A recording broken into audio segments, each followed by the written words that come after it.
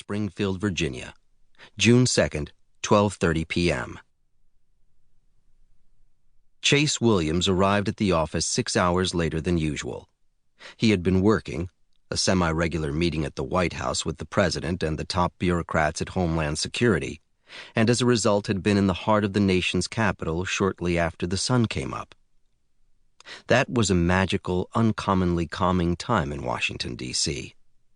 The older he got, the more Williams valued the late spring mornings, the mix of floral scents, the sounds of countless birds, the sense of rebirth that came so vividly with spring, especially early in the morning, not long after sunup. These made him smile. There were many qualities that defined living, but these were the foundation of life. And as the 59-year-old swung his Escalade into an unmarked parking space at the National Geospatial Intelligence Agency at Fort Belvoir in Springfield, Virginia, he acknowledged something else with that smile. Each year marked a very real passage of time. He was not morose about it. On the contrary. The fewer springs that remained, the more he cherished them. Challenges, too, he admitted, as he eased his 6-foot frame from the car. Those challenges were as grave as they had ever been. There had been the Great War in the teens, and rampant gang crime in the 20s, then a Great Depression in the 30s, from which the world saw no possible exit. A world war broke that fever, but started another, an escalating fear of communism. There had been the heavy shadow of nuclear war in the 50s, civil unrest in the 60s, and drug epidemics were always with us like a toxic cloud that moved from city to city, group to group, without the abundant patience of the devil himself.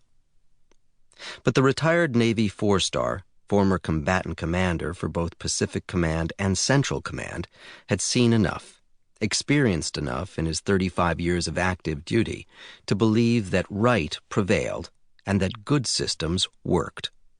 The older he got, the more comfort he took from that belief, too. As the head of Op Center, the nation's leanest and most effective rapid response security agency, he was in a position to make sure that American values were preserved in accordance with our greatest traditions. While that spared him the impotent fear that a lot of people felt, it was also a burden. When he made a mistake, even a small one, people died.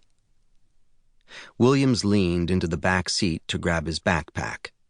In it was a laptop and his lunch. Right now, the latter was what he needed. The president served a decent cup of coffee in the meeting room adjacent to the Oval Office, but the croissants were as buttery as Midkiff's rhetoric. He preferred to hold out for apples covered with organic peanut butter. The smell of history, fuel, and asphalt swiftly replaced what was left of the scent of rose blossoms. Williams moved easily through the lot heavy with SUVs and Humvees. His dark blue suit was sharply tailored but conservative, a look as close to a uniform as he could get without it actually being his old familiar attire. A crisp white handkerchief tucked carefully into the coat pocket was the only concession to civilian style as he headed toward the facility that many on the base didn't even know was there. The parking lot had been expanded when the location for the revived Op Center was installed in the basement levels of the NGA. The lot still had reserved parking spaces that were emphatically marked for senior NGA staffers. But Williams had insisted that there should be no stenciled names for Op Center personnel or any Op Center logo displayed on the building's facade or directory of tenant commands. One of the most accomplished military officers in a generation, and a consensus choice to be the next chairman of the Joint Chiefs of Staff, he had been passed over for that post, and for other essential good-fit jobs like Defense Secretary, National Security Advisor, and Director of National Intelligence in favor of political appointees by a politically insecure Commander-in-Chief. Though he was aggressively courted by industry, think tanks, and academia, all very high-paying, high-prestige jobs, Williams had accepted this command because he was, above all else, a patriot. But he had his demands.